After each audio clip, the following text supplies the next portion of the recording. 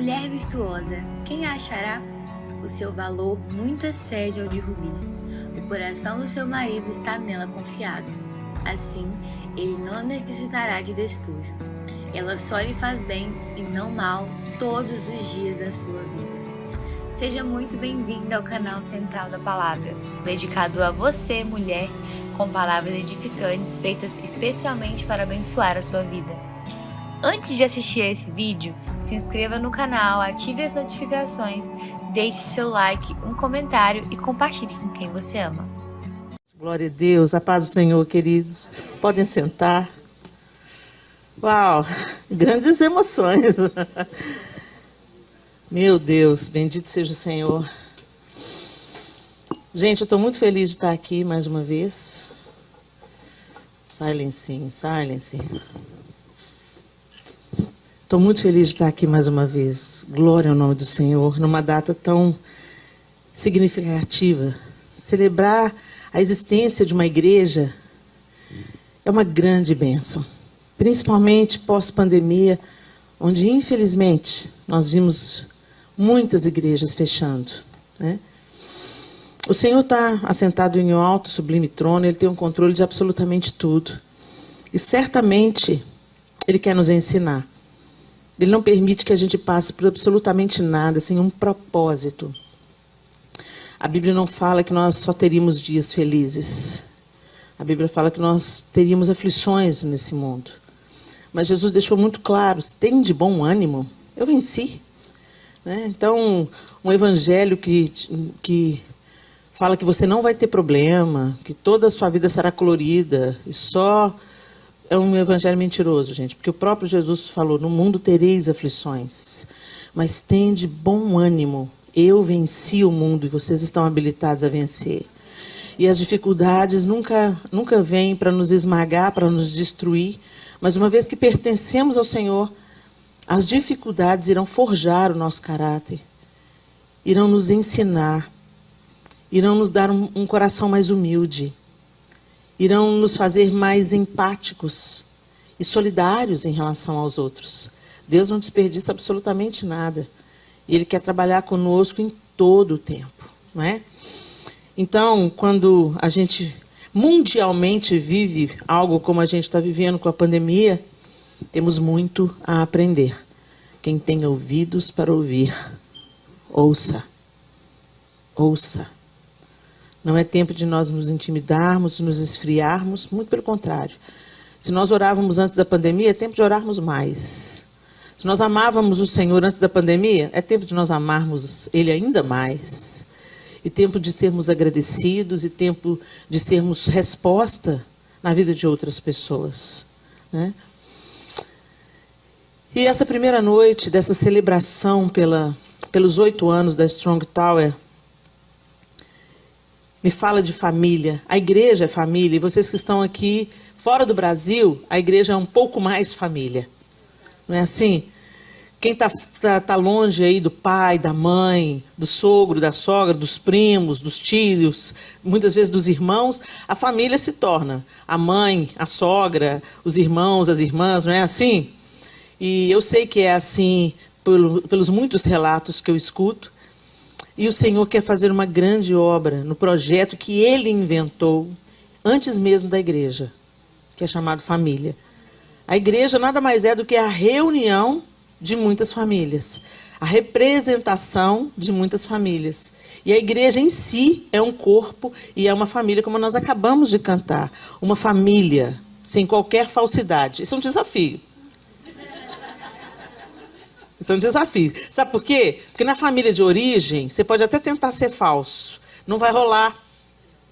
Não vai rolar. Dentro de casa, as máscaras sociais caem. Então, quem você é dentro de casa é quem você é de verdade. Então, sabe aquela história assim, né? Você recebe o pastor em casa, faz aquela mesa bonita. O filho do pastor pula no sofá. Você fala, oh, bem, desce daí, vai fazer dodói. Você não está preocupado com o dodói que o menino vai fazer. Você está preocupado com o seu sofá novo e limpo, né? Mas se é o seu filho que só desce daí agora, menino, né? Assim, esse aí que você é de verdade.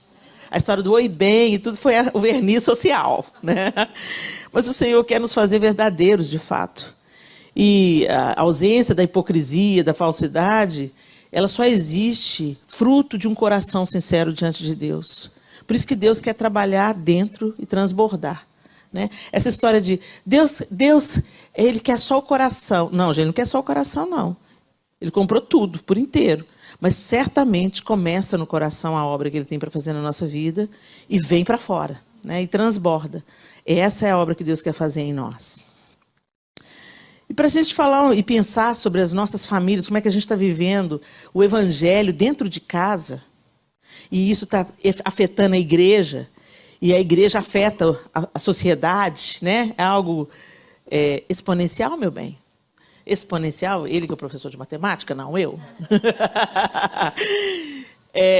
A gente vai começar, então, do núcleo familiar, né? De como nós estamos cuidando da nossa família. E tem uma história aqui que ensina muito para a gente. Então, abra sua Bíblia aí em 1 Samuel, capítulo 30.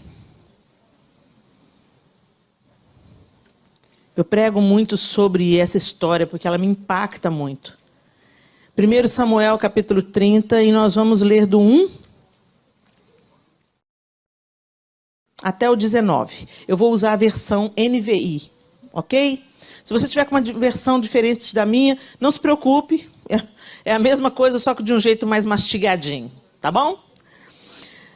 1 Samuel 30, a partir do verso 1, diz assim: Quando Davi e seus soldados chegaram a Ziclag, no terceiro dia, os amalequitas tinham atacado o Neguebe e incendiado a cidade de Ziclag.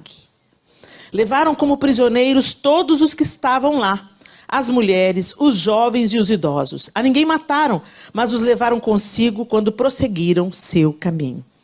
Ao chegarem a Ziclag, Davi e seus soldados encontraram a cidade destruída pelo fogo e viram que suas mulheres, seus filhos e suas filhas tinham sido levados como prisioneiros. Então Davi e seus soldados choraram em alta voz até não terem mais forças. As duas mulheres de Davi também tinham sido levadas, Ainoã de Jezreel e Abigail de Carmelo, a que fora mulher de Nabal. Davi ficou profundamente angustiado, pois os homens falavam em apedrejá-lo. Todos estavam amargurados por causa de seus filhos e de suas filhas. Davi, porém, fortaleceu-se no Senhor, o seu Deus. Então Davi disse ao sacerdote Abiatar, filho de Aimeleque: traga-me o colete sacerdotal. Abiatar o trouxe a Davi e ele perguntou ao Senhor: devo perseguir esse bando de invasores? Irei alcançá-los? E o Senhor respondeu: persiga-os, é certo que você os alcançará e conseguirá libertar os prisioneiros. Davi e os 600 homens que estavam com ele foram ao ribeiro de Besor, onde ficaram alguns, pois 200 deles estavam exaustos demais para atravessar o ribeiro. Todavia, Davi e 400 homens continuaram a perseguição. Encontraram um egípcio no campo e o trouxeram a Davi. Deram-lhe água e comida, um pedaço de bolo de figos prensados e 2 bolos de uvas passas. Ele comeu e recobrou as forças, pois tinha ficado 3 dias e 3 noites sem comer e sem beber. Davi lhe perguntou: a quem você pertence? E de onde vem? Ele respondeu: sou um jovem egípcio, servo de um amalequita. Meu senhor me abandonou quando fiquei doente há 3 dias. Nós atacamos o Neguebe dos Queretitas, o território que pertence a Judá, e o Neguebe de Calebe, e incendiamos a cidade de Ziclag. Davi lhe perguntou: você pode levar-me até esse bando de invasores? Ele respondeu: jura diante de Deus que não me matarás, nem me entregarás nas mãos de meu senhor, e te levarei até eles. Quando ele levou Davi até lá, os amalequitas estavam espalhados pela região, comendo, bebendo e festejando os muitos bens que haviam tomado da terra dos filisteus e de Judá. Davi os atacou no dia seguinte, desde o amanhecer até a tarde, e nenhum deles escapou, com exceção de 400 jovens que montaram em camelos e fugiram. Davi recuperou tudo o que os amalequitas tinham levado, incluindo suas 2 mulheres. Nada faltou, nem jovens, nem velhos, nem filhos, nem filhas, nem bens, nem qualquer outra coisa que fora levada. Davi recuperou tudo. Senhor, essa é a tua palavra. E nós clamamos ao Senhor que o teu Espírito Santo nos ensine. Que as nossas mentes sejam iluminadas pelo teu poder e que nós sejamos convencidos do que precisamos ser convencidos pelo poder das Escrituras Sagradas, em nome de Jesus. Amém.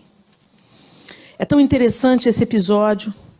Davi estava vivendo em Ziclag, território filisteu. E ele estava ali por circunstâncias da fuga de Saul. Saul estava na cola de Davi e ele achou uma solução. Se ele fosse para o território filisteu, Saul ia parar de persegui-lo. E realmente foi isso que aconteceu. E o rei filisteu deu a ele, então, essa cidade para ele habitar com os seus homens e as famílias do pequeno exército de Davi. E eles, então, moravam ali.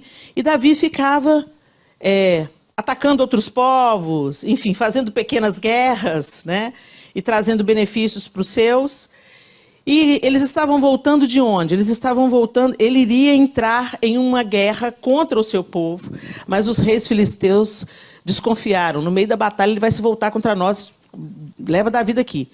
E Aquis falou, não, ele está do nosso lado. Não, ele não está do nosso lado, manda ele embora. E ele estava voltando, então, dessa dispensa, vamos dizer assim. E quando ele chega na cidade onde ele morava, ele encontra a cidade incendiada, o seu lar destruído. E é tão interessante que a primeira coisa que o texto fala para a gente, que quando eles encontraram tudo destruído pelo fogo, e viram que os filhos, as filhas, os idosos tinham sido todos sequestrados, choraram em alta voz até não terem mais forças. Olha que interessante isso. Gente, Davi e seus homens, seus valentes, eram os caras casca grossa. Eles tinham vivido muita coisa. Nesse pé aqui, eles já tinham vivido de tudo um pouco. Né? Moravam no deserto, viviam errantes, viviam fugindo da ira invejosa de Saul. Né? Davi já havia sido ungido rei pelo Deus de Israel. Né? Samuel já tinha encontrado Davi, já tinha o óleo descido na cabeça dele. Depois que o óleo desceu na cabeça dele, ele vence Golias. Saul manda ele trazer ele para o palácio, ele começa a tocar a harpa para acalmar o espírito maligno de Saul, e a inveja de Saul só cresceu, até que ele fica como fugitivo. Ele teve a oportunidade de tirar a vida de Saul, e Deus permitindo Saul na vida de Davi, para forjar Davi. Para Davi não se tornar um outro Saul. Então, quando a gente olha para a história de Saul e Davi, a gente pensa assim, gente, por que Deus permitiu? Por que Davi sofreu tanto? Ele não estava sofrendo não, gente, ele estava na escola.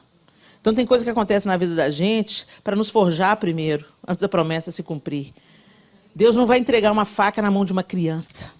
Né? Ele vai entregar a faca na mão de uma pessoa que não vai usar para matar, mas para fazer a coisa correta. Né?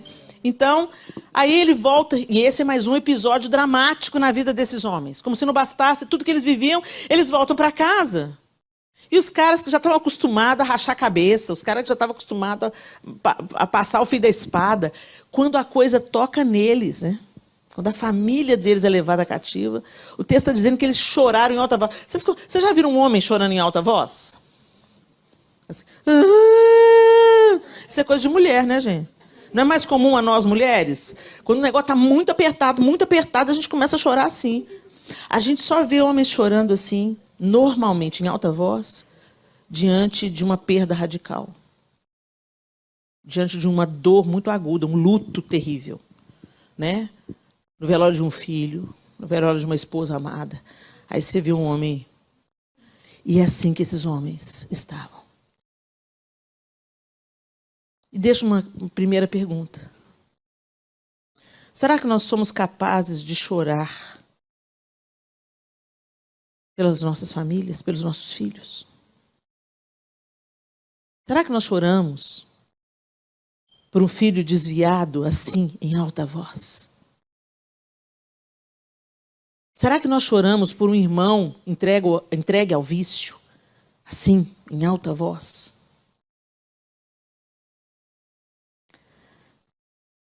O próximo passo que o texto nos diz é que Davi estava angustiado porque os homens falavam em apedrejá-lo.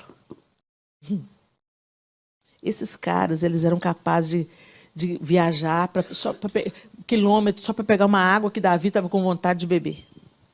Eles eram leais. No meio desses 600 homens aqui, estava Urias, por exemplo. Urias era um dos valentes de Davi, um cara extremamente leal. Quando a gente vai vendo o perfil de alguns homens de Davi, os caras estavam dispostos a dar a vida deles para preservar de Davi.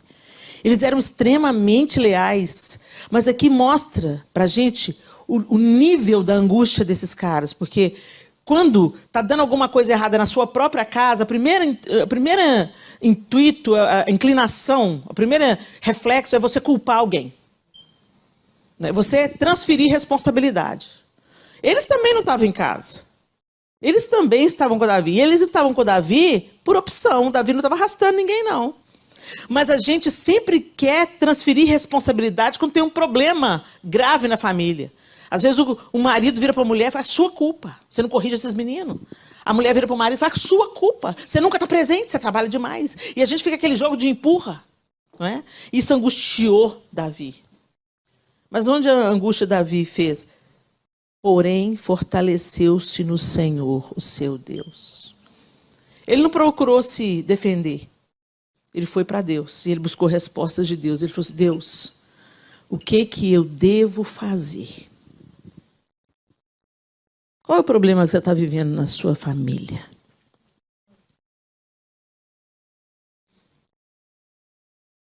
Está tudo maravilhoso na sua família? Todo mundo é adorador do Senhor, todo mundo na sua casa serve Jesus, todo mundo fiel, todo mundo em harmonia plena, todo mundo vivendo santificado. Poxa, depois você me passa a receita. Porque, olha, lugar de luta a família é lugar de luta. Se você não tem luta na sua família, se você, seu marido e seus filhos, certamente você tem a luta com a sogra. Com o cunhado, com o primo, com o irmão, com a mãe, com o pai. Mas a família é sempre um lugar de bombardeio. O inferno quer acabar com a família. Porque se ele cria um vácuo na família, um problema grave na família, ele fere aquele indivíduo de uma maneira que isso se reflete na igreja e na sociedade. Então hoje, muito da miséria que a gente está vivendo como sociedade é porque nossos filhos estão sendo criados pela televisão e pelo tablet. Você não está vendo o perigo agora, você não está vendo o sequestrador dos seus filhos agora, porque te dá um certo alívio. Mas amanhã você vai ver o preço. Tem muita gente que hoje está colhendo e falando assim, Deus, o que está acontecendo na minha casa, Senhor? Por que eu estou passando por isso? Dá uma espiadinha atrás. Certamente, gente, a gente falha. A gente falha.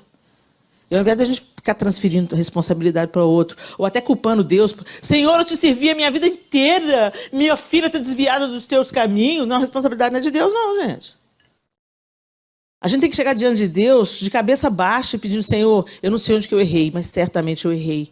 Cobre os meus muitos pecados e tem misericórdia da minha casa. E começa a chorar e a gemer pela sua casa, como Davi fez, e buscar a solução de Deus, fortalecendo-se no Senhor até que você veja a vitória. E aí, gente, ele consulta o Senhor e o Senhor fala, até aqui, Davi não está sabendo nada do que está acontecendo. Ele só sabe que a sua cidade está incendiada, que os seus bens foram roubados e que os seus foram sequestrados. Não ficou ninguém na cidade. Nem jovem, nem filho, nem filha, nem esposa, nem velho. Foi todo mundo levado. Para onde? Não sei. E ele falou para o Senhor, Senhor, é para eu perseguir? O Senhor vai me dar vitória? E o Senhor falou, vai. Vai porque eu vou te dar vitória. E ele saiu. Saiu como, gente? Saiu. Sem rumo. Né? A gente gosta de ter o plano todo na mão, né? Senhor, como é que é mesmo que o Senhor vai fazer? Ou então a gente que desenha o plano para Deus. Senhor, eu quero que meu filho seja pastor, minha filha missionária, o meu filho caçula toca muito bem guitarra, isso, e eu vou... E a gente começa a ditar as regras para Deus e fazer as escolhas por Deus, e a gente quer que Deus seja o gênio da lâmpada que atenda os nossos pedidos. Deixa eu te falar, meu querido, minha querida. É a gente que chega diante de Deus e fala, qual é o seu plano para mim? Davi foi em Deus e falou assim, o que é para eu fazer? É para eu perseguir? O Senhor vai me dar vitória? Ou eu vou sair aí zanzando à toa? Não, é para ir. É para ir, porque família é meu projeto. Pode ir. Gente, Deus financia os seus projetos. Deus cuida e defende os seus projetos. E família é projeto de Deus. Quem aqui é casado? Se eu chamar vocês aqui para contar o testemunho do casamento, só vai ter testemunho de milagre. É ou não é? Gente, quem quer casar é milagre. Aparece presente, dinheiro, de onde você não sabe onde. Quando você fala, não, vou casar, e eu vou casar diante de Deus, eu vou casar em fidelidade, aí as bênçãos começam a cair do céu. E quem tem filho também. Apareceu a gente, ai, quem vai ser de mim agora? A gente não tem dinheiro. Aí já começa a ganhar, beber conforto, enxoval, não sei o quê. Deus financia os seus projetos. Ele investe na família. E você investe na sua? Hashtag fica a dica. E aí ele sai procurando, e aí ele encontra um egípcio. Às vezes Deus vai colocar pessoas no seu caminho.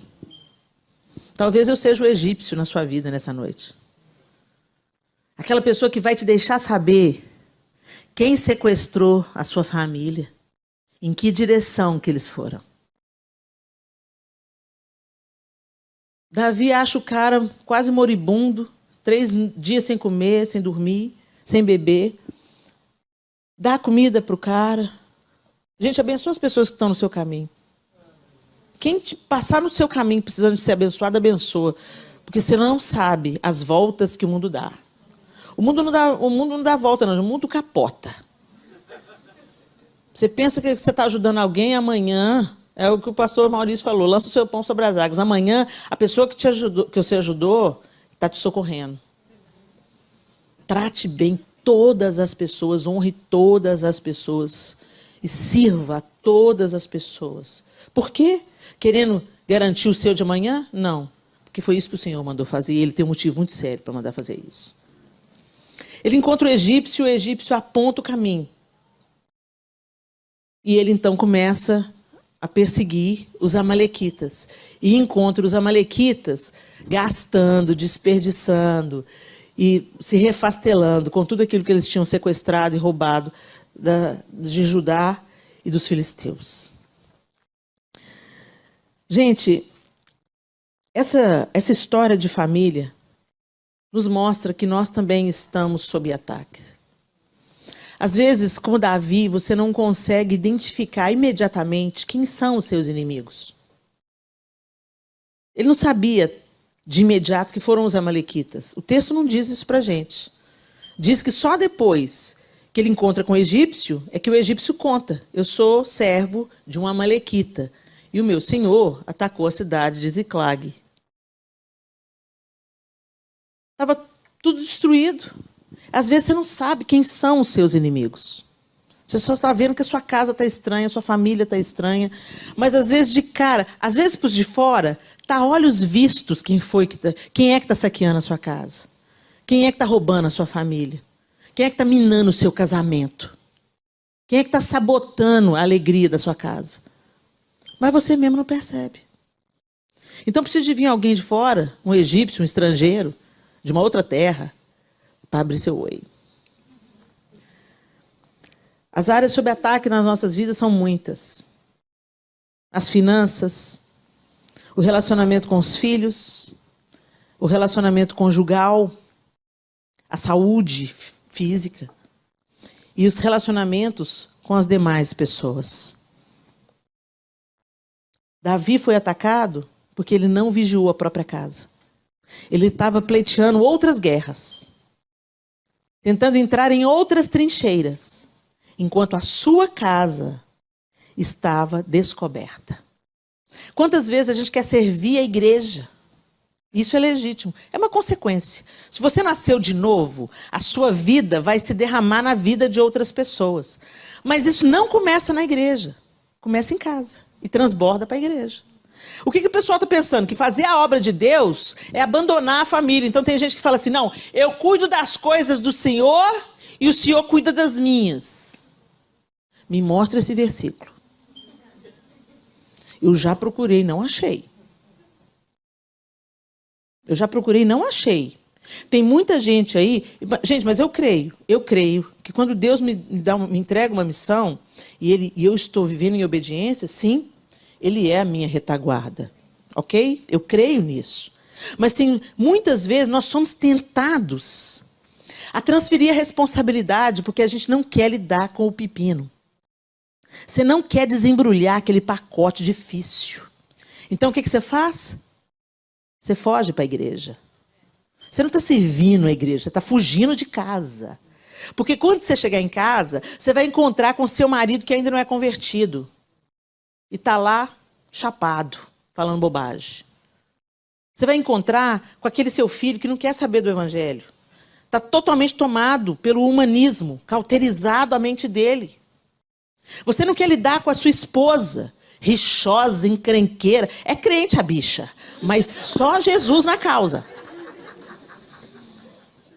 Então o que você faz? Foge de casa. Então você arruma ou muito trabalho, ou muita obra para fazer. Davi estava se ocupando de batalha dos outros, enquanto o inimigo estava saqueando a sua própria casa. Então eu quero te dizer, meu querido, minha querida, seu primeiro ministério é a sua casa. Se você for uma bênção dentro de casa, você vai ser uma bênção em qualquer lugar. Você pode ser uma bênção em qualquer lugar, mas se você não é uma bênção na sua casa, você é uma farsa. Porque dentro de casa, nós somos quem somos de verdade. Como eu disse, dentro de casa não tem máscara social. Dentro de casa você não escolhe as suas melhores palavras. Dentro de casa, sabe aquela coisa? O povo vem brigando de casa. Por que você demora demais? Não vou chegar atrasado no culto. Os meninos estão, pai, você cala a boca. Não sei o quê. Vem aquele inferno dentro do carro. Chega na porta da igreja, todo mundo pega a máscara de crente, põe a paz do Senhor. E os meninos pequenos vão vendo isso. Os meninos vão crescendo vendo que tem um pai e uma mãe na igreja e outro pai e outra mãe dentro de casa. Aliás, esse pai e essa mãe, quando saem do culto de domingo, vão para o almoço, eles comem o pastor com batata frita. Você viu o pastor hoje? Trocou de carro, né? E a gente dando dízimo. É. Você viu a mulher do pastor? Você viu a bolsa da mulher do pastor? E aí você se ocupa da vida dos outros. E os meninos vão só ouvindo, eles vão comendo. Você pensa que eles estão brincando? Vocês já viram meninos, gente? Eles estão ali, você pensa que eles estão brincando. Daqui a pouco, solta uma. Eu lembro uma vez que eu passei uma vergonha. Mas eu tinha que passar aquela vergonha, tinha que aprender. Clarinha, pequenininha. E aí, nós estávamos numa situação, um rapaz do grupo que a gente cantava estava sendo disciplinado. E eu comentei com o João. Olhei para Clarinha brincando de Lego no chão. E eu pensei, tá alheia. Virei pro João e falei assim, fulano tá disciplina. Sério? Ele vai se afastar de ministrar? Vai, né, João? Rebelde, né? Rebelde. Vai ter que ser afastado, tomara que dê jeito. Comentei isso. Falei o nome do fulano e falei qual era o pecado dele. Rebelde, João, rebelde. Uma semana depois, chegamos na igreja com a Clarinha olhou pro fulano. Ei, fulano, ele, você é rebelde. Ele olhou para mim, Clarinha, minha mãe falou que você é rebelde. Eu precisava de passar essa vergonha. Língua de trapo. Bendito seja Deus, me amou naquele dia. Porque senão eu estava aí falando bobagem até hoje. Deus me amou naquele dia. Eu passei vergonha, eu olhei para ele. Ele olhou para mim. Eu virei. Falei. Desculpa. Me perdoa. As crianças estão mais de olho no que a gente fala e faz. Mais de olho na nossa prática do que no nosso ensino formal. Se você fala uma coisa, mas faz outra, ela vai prestar mais atenção no que você faz. Muitos dos nossos filhos hoje estão fora da igreja por causa da nossa conversa fiada, da nossa maledicência, de nós sabotarmos e não honrarmos quem temos que honrar.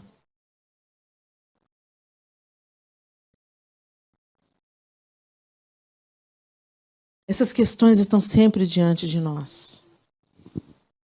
A responsabilidade era de Davi. Ele não estava onde ele tinha que estar. A sua casa é um projeto de Deus. E você quer começar a servir a Deus? Sirva a Deus na sua casa. Porque eu volto a dizer, se você for uma bênção para a sua família, você está habilitado a ser uma bênção em qualquer outro lugar. E quando eu falo ser uma bênção, gente, não estou falando de ser perfeita. Nós somos imperfeitos. Nós estamos em um processo de santificação. É de fé em fé, de glória em glória.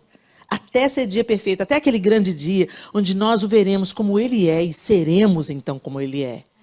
Mas até lá, pelo encontro que tivemos com Ele, nossa direção foi mudada. É isso que é conversão. Conversão não é mudar de religião. Conversão é mudar radicalmente de mentalidade e atitude e caminho. Você não mais continua no caminho de perversão, mentira, adultério que você estava. Você se converteu dos seus maus caminhos. Você deu as costas para os seus maus caminhos. E uma vez que você agora se envolve em um relacionamento com Jesus, é impossível você andar com Jesus e não ser... Gente, meu português bugou. Não vai sendo transformado. É impossível. Se você anda com Jesus, passo a passo você vai se tornando mais parecido com Ele. Você vai se distanciando daquela pessoa que você era e você vai se aproximando daquela que um dia você vai ser. É uma jornada de santificação. Mas para isso, a gente precisa de colar em Jesus, gente. Não é vir na igreja domingo. Quem é que vive só com a comida de domingo? Quem come só domingo? Você não consegue. Você não vive se alimentando só no domingo. As nossas reuniões no domingo, o nosso fazer na igreja, ele tem que ser consequência de uma vida de devoção. De 7 dias por semana, 24 horas por dia. Você tem uma responsabilidade de nutrir o seu relacionamento com Deus todos os dias. Não tem relacionamento sem conversa, então não tem vida com Deus sem oração. Não tem relacionamento sem conhecimento, sem experiência com o outro. Então não tem vida com Deus sem leitura da palavra. Porque Ele é a própria palavra. Então, gente, é impossível, se você é cristão, você sendo forjado de fé em fé, de glória em glória, sem a oração, sem a leitura da palavra. É impossível. Por isso que nossas igrejas estão abarrotadas de gente religiosa. Que tem fala de crente, que tem roupa de crente, que tem cara de crente. Mas na hora que sacode, o que está dentro sai para fora. Um coração amargurado, ressentido, ódio, ira, fofoca, maledicência. Não é um nascido de novo. É uma pessoa que cuidou do verniz. É o que Jesus chamou de sepulcro caiado. Por fora branquinho, limpinho, bonitinho. Por dentro um corpo em decomposição. E hoje nós estamos vivendo esse tempo de uma prática religiosa só na igreja, só aos domingos, só nos congressos. E na hora do que você recebe no domingo ser posto em prática, você não põe. A igreja é uma bênção, na casa é um parceiro do inferno. Você amaldiçoa os seus filhos, você diz palavras ferinas sobre ele, você maltrata o seu marido. O pastor fala, nós estamos precisando de voluntário. Eu estou aqui, pastor, vira à noite. Mas o marido pede para fritar um ovo, estou sem empregada, não. Essa aí é quem você é. Lá para o pastor Adocinha, é só sepulcro caiado. E o Senhor, nesses dias, está confrontando o nosso caráter. Porque Ele não vem buscar sepulcro caiado, gente. E tem gente que está se auto-iludindo, pensando que é crente. Mas é filho do diabo, desculpa a palavra, mas é isso. A gente não tem meio do muro. Jesus falou muito certo, quem com a gente não ajunta, espalha. E a pior coisa que pode acontecer para um ser humano é a falsa espiritualidade. É ele acreditar que ele é quem não é. Ele acreditar que está assim com Deus, ó. Mas ele está vivendo, na verdade, uma religiosidade superficial, aparente, uma falsa piedade. Que Deus tenha misericórdia de todos nós. Amém, gente? E essas áreas estão sob ataques. Nosso relacionamento com os filhos, finanças. Gente, que luta que é a área financeira. Quando você não tem equilíbrio nas finanças, isso traz tanta dor para a sua família. Se mete em falsos negócios, mete os pés pelas mãos, faz dívida, vive uma vida fake. Você quer impressionar gente que nem gosta de você, gente. O povo que gosta de você do jeito que você é, de chinelo de dedo, sem ter nada para oferecer, pegando carona. Entendeu? Quem gosta de você por quem você é e não por aquilo que você tem. Se você, para ser querido, você precisa de ter, foge desses caras. Eles não são seus amigos, coisa nenhuma, são parasitas, querendo tirar vantagem de você. Foge. Ninguém precisa desse tipo de amigo. Mas muitas vezes a gente se mete em encrencas, assume dívidas, para ostentar um estilo de vida que impressiona ou para fazer parte de um grupo, para se sentir aceito por um grupo. Aqui nesse país, vocês têm muitas facilidades de compra, de aquisição, mas só vocês sabem o quanto que custa ganhar cada dólar. Então não seja burro, não. Desculpa a palavra, mas não seja burro. Porque você sua para ganhar, para depois gastar impressionando os outros. Vai ser feliz vivendo de uma vida modesta. Vai investir seu dinheiro em missão. Vai fazer o bem para o outro. E vai conquistar amigos que estão com você nos dias bons e nos dias ruins. E para de gastar o que você não tem. Para de ostentar o que você não tem. Para de parecer o que você não é. É um fardo pesado demais. E às vezes quem vai ser sacrificado é a família. Porque você trabalha. E está num saquetel furado. Não conquista nada. Sabe por quê?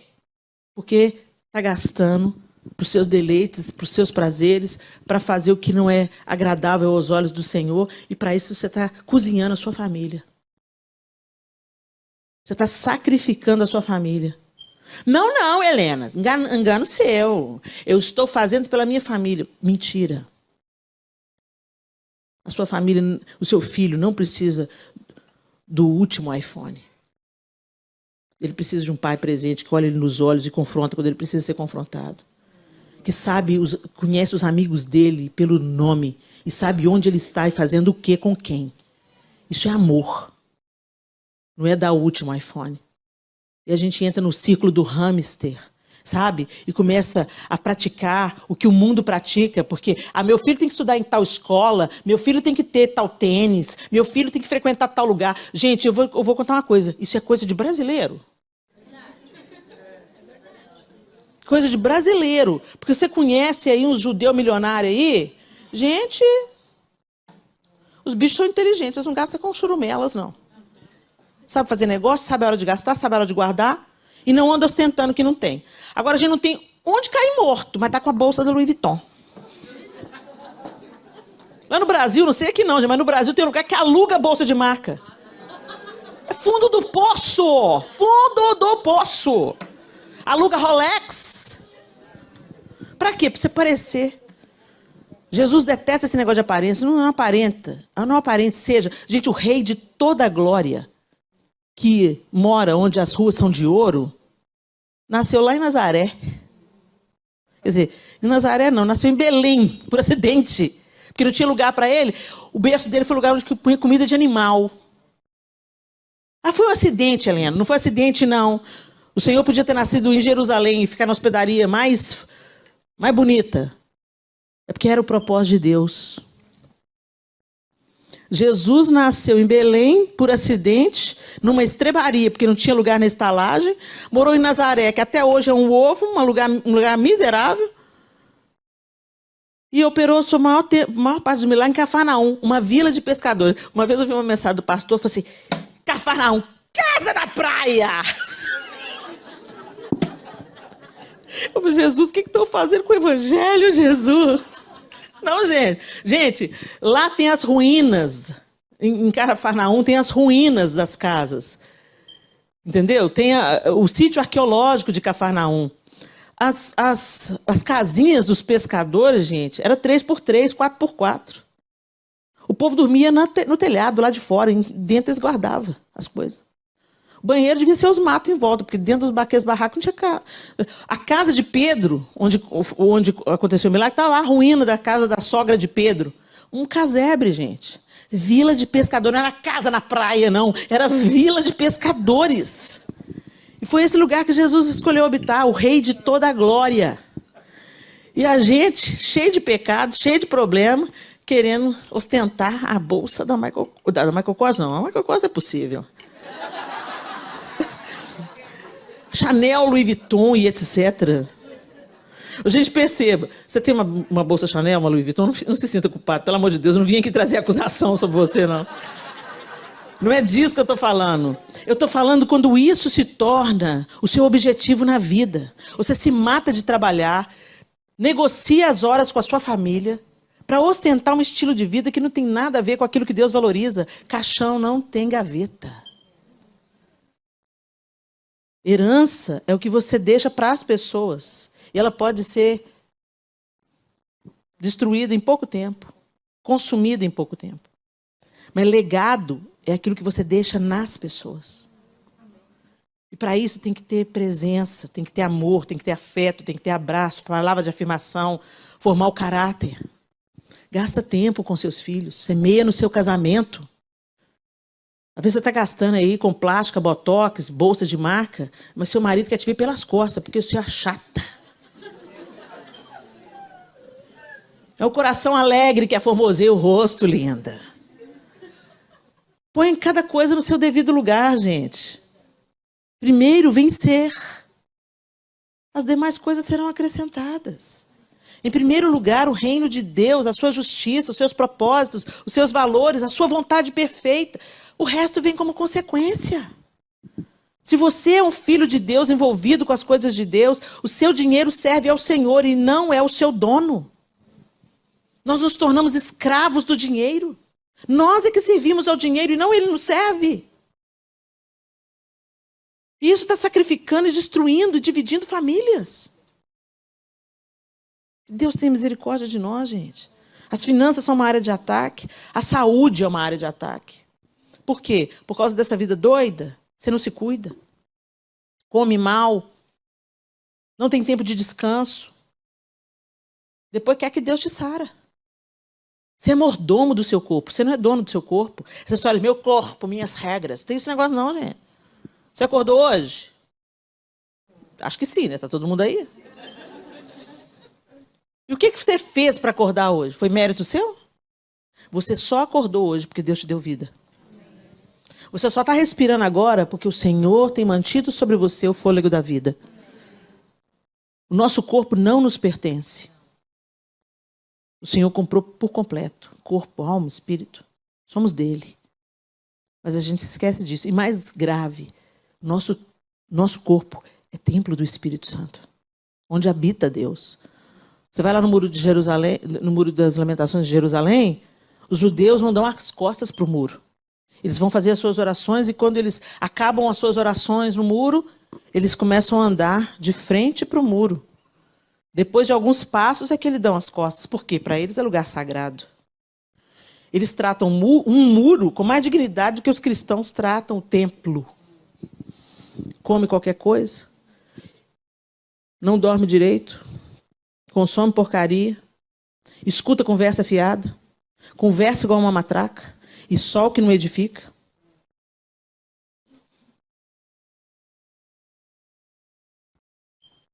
E aí as consequências chegam. E a gente culpa Deus. A pandemia está aí. E tem um tanto de gente que falou assim, esse vírus não me pega. Em nome de Jesus, né, bem? Você está no mundo. Você não é do mundo, mas você está no mundo. Então nós estamos sujeitos como qualquer outra pessoa. Que falta de fé, Helena? Não é falta de fé, não. Não é uma fé alucinada, alienada. Fulano morreu. Ou a gente espiritualiza de um jeito ou de outro. Foi promovido à glória. Era bom demais para esse mundo. Ou então a gente fala assim, Estava mais ou menos, ó. Deus recolheu, passou a régua. Ô, gente, morreu gente boa e gente ruim, gente rica e gente pobre. E tem um tanto de gente que morreu antes da hora. Por imprudência. Por arrogância. Porque a Bíblia fala assim que aquele que é prudente vê o mal e se desvia dele. Mas o arrogante vê o mal, enfrenta e paga a pena.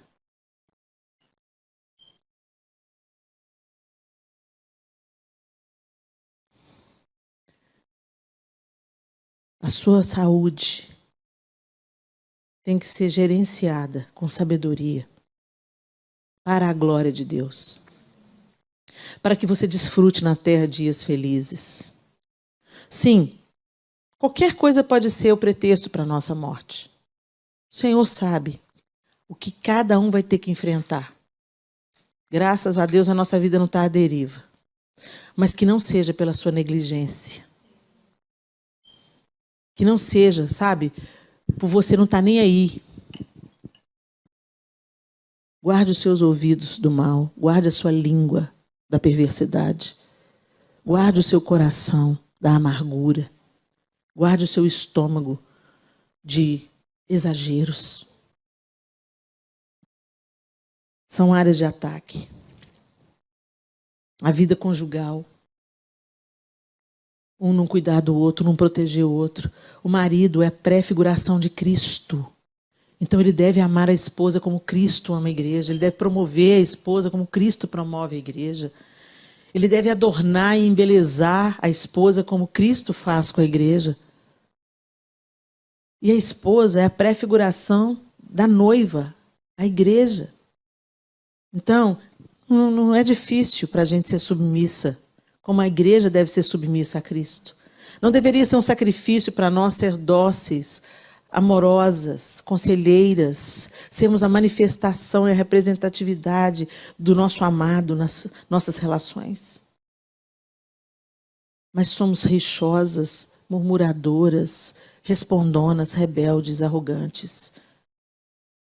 Será que a gente está parecendo com a noiva de Cristo, esposa? Relacionamentos com as demais pessoas também se tornam alvo de ataque. Às vezes você traz para os seus relacionamentos familiares pessoas que não tinham que estar dentro da sua casa. Gente, os abusadores de crianças, quando não são da própria família, são pessoas muito próximas à família. Não coloque qualquer pessoa dentro da sua casa. Não deixe seus filhos com qualquer pessoa. Seja mordomo, seja zeloso. E todas essas áreas que eu citei aqui, elas estão sob ataque. O diabo quer pôr as patas dele usando uma dessas áreas, ou o seu casamento, ou as suas finanças, ou a sua saúde, ou os relacionamentos ao redor, pessoas com quem você convive, que não estão te levando para mais perto de Deus, que não estão melhorando o seu relacionamento com Deus, mas te colocam no seu pior caminho, traz à tona a sua pior versão. Quando você se junta com alguns amigos, vem a bebedeira, vem a falação, vem a prostituição, vem o adultério. Gente, em nome de Jesus, combata o seu inimigo, persiga e combata o seu inimigo. Davi buscou a resposta do Senhor, Davi obedeceu aquilo que o Senhor falou, Davi perseverou na batalha. Gente, o texto diz pra gente que ele, quando ele achou os amalequitas, ele pelejou de manhã até a noite. Está pensando que vai ser fácil? Hoje você está descobrindo aqui que sua casa está uma bagunça. Aí você chega lá e fala, acabou, capeta, sai pela porta agora. Faça isso, eu sou totalmente a favor. Faça isso, mas não espere que vai ser de repente. Porque você levou a vida inteira para fazer bobagem e agora quer que Deus conserte assim? Não, começa se arrependendo, começa pedindo perdão, começa chamando a mão de Deus sobre a sua casa, falando assim, Senhor, restaura a minha família. Restaura a minha casa, salva o meu casamento, conserta as minhas finanças, converte o coração dos meus filhos ao Senhor. Deus, eu quero honrar os meus pais que eu estou desonrando lá no Brasil. Eles estão passando necessidade lá no Brasil e eu aqui, ó, estou nem aí. Senhor, em nome de Jesus, eu quero me comprometer com aquilo que o Senhor se compromete. Eu quero honrar o meu pai e a minha mãe, como a Bíblia manda eu honrar. Senhor, me ensina, me ajuda, Espírito Santo, a colocar a bagunça que eu fiz em ordem. Agora, você já notou que para destruir, gente, é mais fácil do que construir? Para destruir, você põe umas dinamite assim, é um prédio que levou não sei quantos anos para construir, puff, implode. Vem com uma bola enorme de demolição, né? Para construir, gente, leva tempo, paciência, capricho, prumo, ferramenta. Começa hoje, mas persevera na obra. Finca o pé e fala, Satanás, acabou seu dia aqui em casa. Acabou seu tempo aqui em casa, Satanás. Acabou suas patas nas nossas finanças. Acabou a conversa fiada. Acabou a fofoca, a maledicência. Acabou a rebelião contra o meu marido. Acabou eu maltratar minha esposa e ser duro com ela. Acabou. Aqui é uma família e nós vamos buscar o Senhor, vamos dobrar os nossos joelhos e vamos cooperar uns com os outros. Porque uma família feliz tem a participação de todo mundo dentro de casa. Não é um pai e uma mãe arrastando. Ai, meu Deus, vamos lá. Não, é filho, filha, pai, mãe, todo mundo participando com a sua parte. E você tem que chamar os seus filhos para isso. Faz o culto doméstico, faz um altar de adoração na sua casa. Deixe os seus filhos cientes que todos são cooperadores. Peça perdão para os seus filhos se você precisa pedir. Libere perdão para os seus pais se você precisa liberar. E deixa Deus começar a demolir as obras das trevas na sua casa, limpar o terreno para começar a edificar algo novo. Não foi fácil, Davi chegou lá e falou, vamos acabar com tudo. Gente, ele lutou de manhã até a noite. E eu não sei se vocês prestaram atenção num detalhe do texto, que diz assim, que ele saiu com quantos homens? 400. Ele tem 600, mas 200 estavam cansados demais. Então, esses 200 cansados demais ficaram tomando conta da bagagem e ele foi com 400. Eles ficaram no ribeiro, 200 homens, e Davi foi com 400. E perto ali do verso 18, eu acho, fala que ele lutou de manhã até o entardecer e que ele acabou com todo mundo. Mas apenas 400 jovens fugiram em camelos. Então, peraí, como assim? Eles eram, essa conta não fecha, matemático. Eles eram 400 homens, certo? E 400 escaparam, certo? Mas eles venceram a batalha. E lutaram o dia inteiro. E mataram todo mundo. Então você imagina para cada guerreiro de Davi, quantos inimigos que tinha. Quanto que cada um deles teve que enfrentar e matar para vencer a batalha e intimidar os outros 400. Porque, gente, 400 é 1 contra 1. 1 contra 1, vamos embora. Vocês não vão levar, não. Nós roubamos, é nosso. Eles fugiram. Eles fugiram por quê? Porque viram que algo sobrenatural tomou os homens de Davi. E levou tempo, hein, gente? Um dia inteiro esses caras lutaram. Tinha batalhas que eles lutavam que a espada enfiava na mão do soldado. Então você imagina um nível de comprometimento e de sobrenatural nisso. Gente, batalha de Star Wars é fichinha. Marvel aqui passou longe. É desigual a batalha. Os inimigos são muito mais numerosos. E às vezes você pensa assim, meu Deus, não tem jeito de consertar mais a minha casa. Não tem jeito, meus filhos estão perdidos. Sabe, eles estão num colégio humanista. Não tem jeito. A outra já deitou com o terceiro namorado. Não tem jeito. Meu marido tá nem mais aí para mim. Não tem jeito. Minha mulher, ela totalmente... Sim, a guerra é desigual. Mas tinha uma diferença. O Senhor estava com Davi. O Senhor falou para ele. Eu fico imaginando que quando ele chegou lá, uau, eles são muito mais numerosos do que a gente. Eles são muito mais fortes do que a gente. E eles já estavam cansados. Não, mas o Senhor falou que é para ir. O Senhor falou que Ele nos daria vitória. Então cai dentro. E começou a matança. E termina no verso 19 falando que eles conquistaram de volta tudo. Não faltou absolutamente nada. Chama Deus para a batalha. Sim, a batalha é desigual. Sim, quando você olha para os seus inimigos, você fala, não tem jeito. Quando você olha para o estado da sua filha, você fala, não tem jeito. Quando você olha para o estado do seu casamento, você fala, não tem mais reconstrução para isso.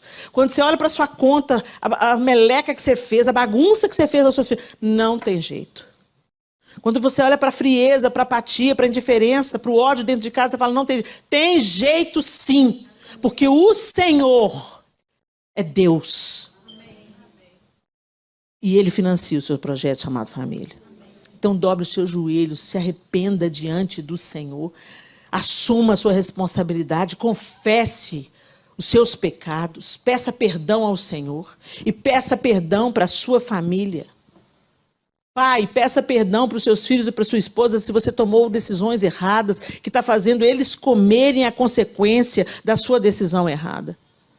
Peça perdão, esposa, pela sua insubmissão, pela sua rebelião, pela sua murmuração e por você não somar esforços com seu marido, mas ser uma concorrente com ele.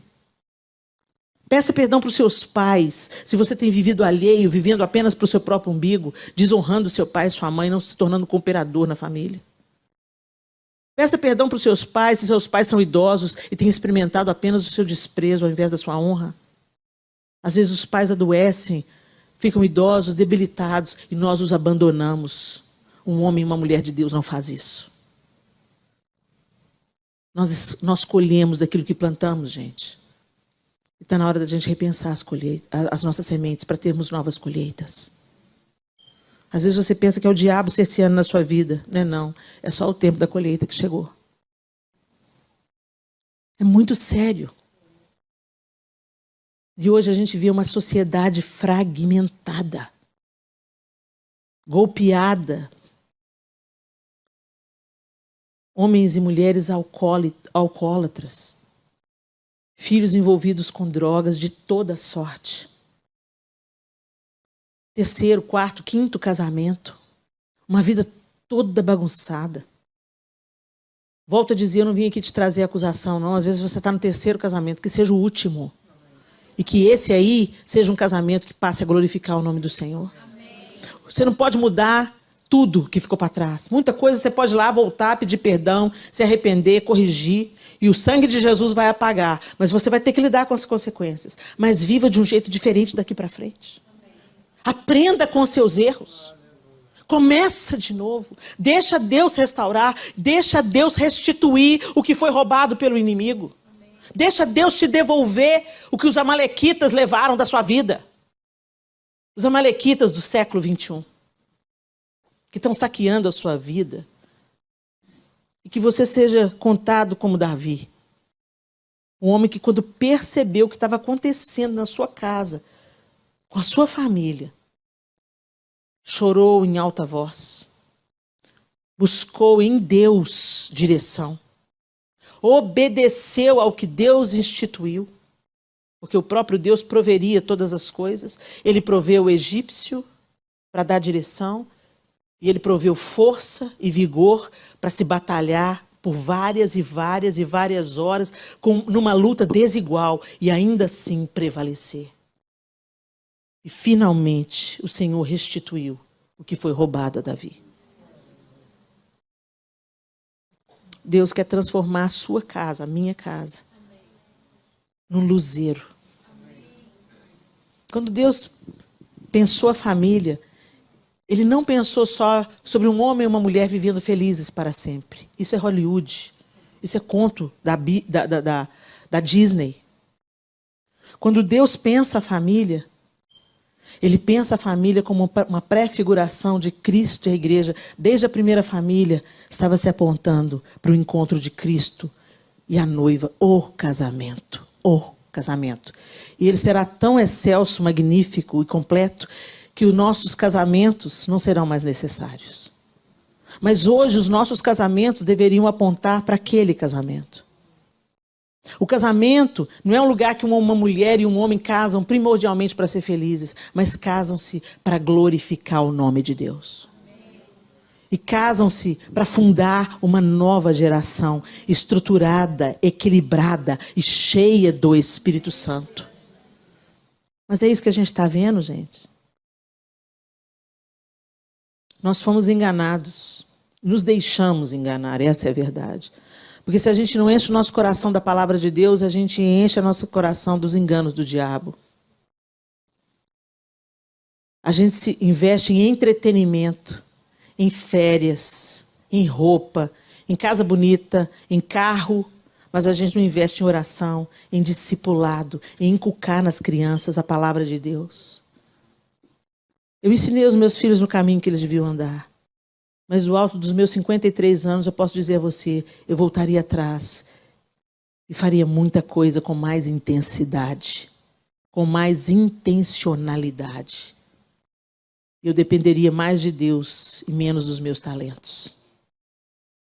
Nós precisamos gerar uma geração nascida de novo.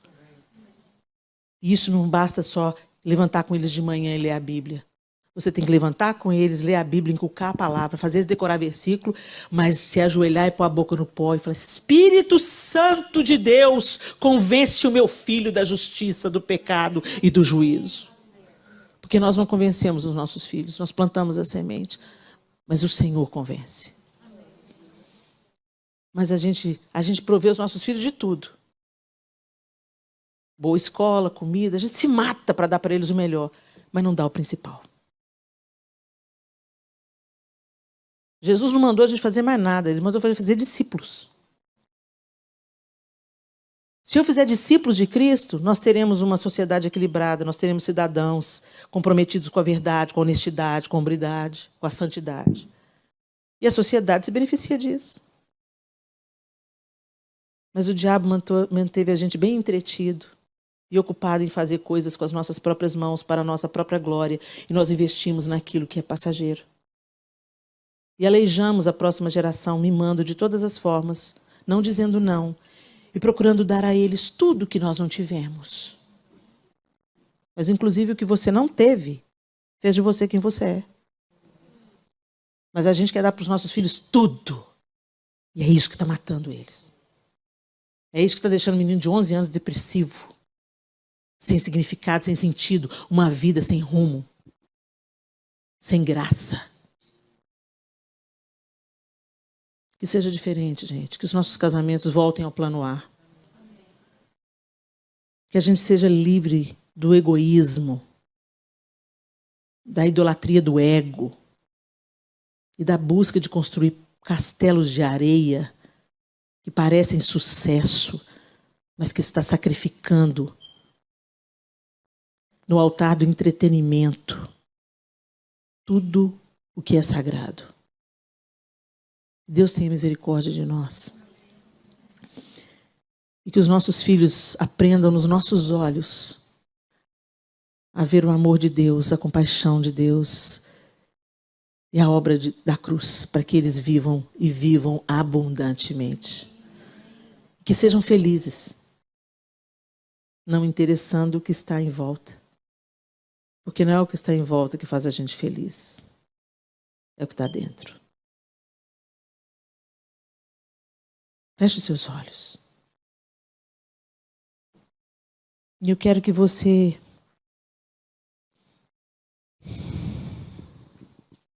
faça uma reflexão sobre como tem sido a sua vivência familiar até aqui.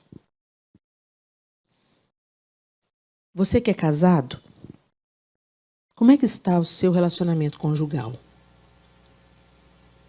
Vocês oram juntos? Um pelo outro. Vocês oram pelos seus filhos, pelos seus netos, pela geração que há de vir?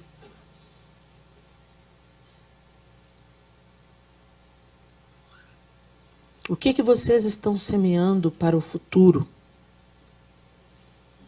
espiritual dos seus filhos? E como vocês têm honrado um ao outro como cônjuges? Você, marido, você está cuidando da sua esposa como Jesus cuida da igreja? Você a encoraja, a santifica, a embeleza?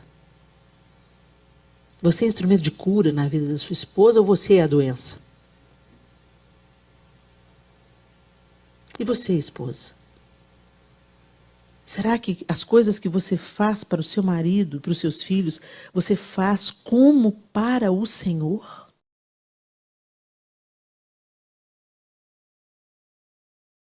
Ou você está buscando ser bem-sucedida fora, enquanto o inimigo está saqueando a sua casa e levando prisioneiros os seus filhos? Será que você é aquela mãe atenta? Há quanto tempo seu filho está na tecnologia ou você confia na babá da internet para ter sossego? Você é mãe ou você é concorrente da sua filha? E você, filhos? Casados ou solteiros? Vocês têm honrado seus pais? A Bíblia não manda honrar o pai que crê no Senhor. Manda honrar pai e mãe. Honrar e tratar com honra, dignidade e respeito, mesmo que eles sejam pessoas extremamente difíceis. Você tem cuidado dos seus pais idosos? Eles cuidaram tanto de você e agora você vira as costas para eles, influenciados pela cultura local? É um asilo que você está preparando para o seu pai, para sua mãe? Não tem paciência com eles? Eles tiveram tanta paciência com você, mas você não tem nenhuma paciência com eles. Às vezes, nós, filhos adultos, tratamos os nossos pais como se eles fossem crianças. Deixa eu te falar, não é porque o seu pai está velho ou não tem tanta autonomia que ele deixa de ter autoridade de pai. Pare de desrespeitar seus pais idosos. Eles podem estar sendo incapacitados pela saúde débil ou pela idade, mas eles seguem sendo seu pai e a sua mãe. Honra teu pai e a tua mãe para que você viva bem. É o que o Senhor diz.